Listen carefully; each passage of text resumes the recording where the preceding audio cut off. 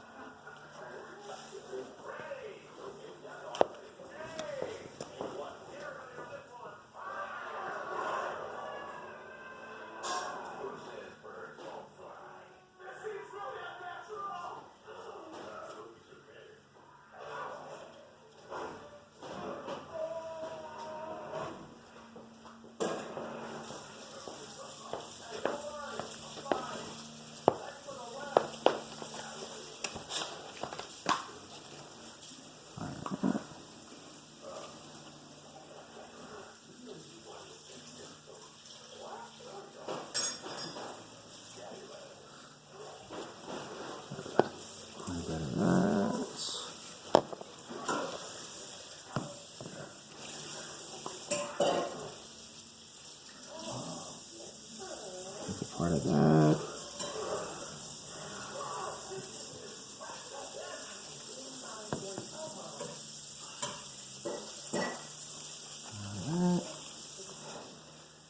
And you're watching this real time, so just mix it up like this. You don't want to mix too much though. I would say just mix up enough to maybe that'll get you one, maybe two bolts, because you're going to have to work it in. You don't want it to dry too fast before you can get to the other bolt, so you're going to take your time with it. You're just going to spread it around the threads. It's pretty common sense.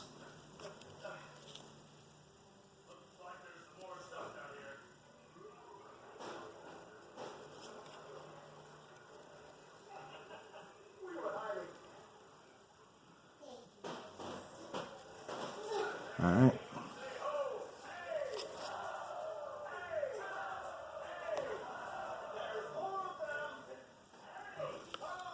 Alright, so I got it on this one. I'm going to go ahead and get it started into the hole, and you just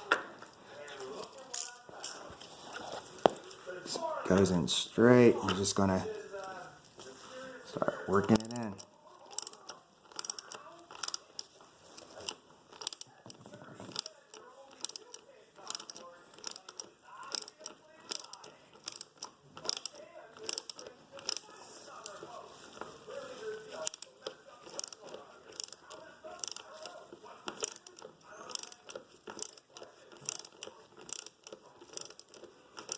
Now this is a larger application.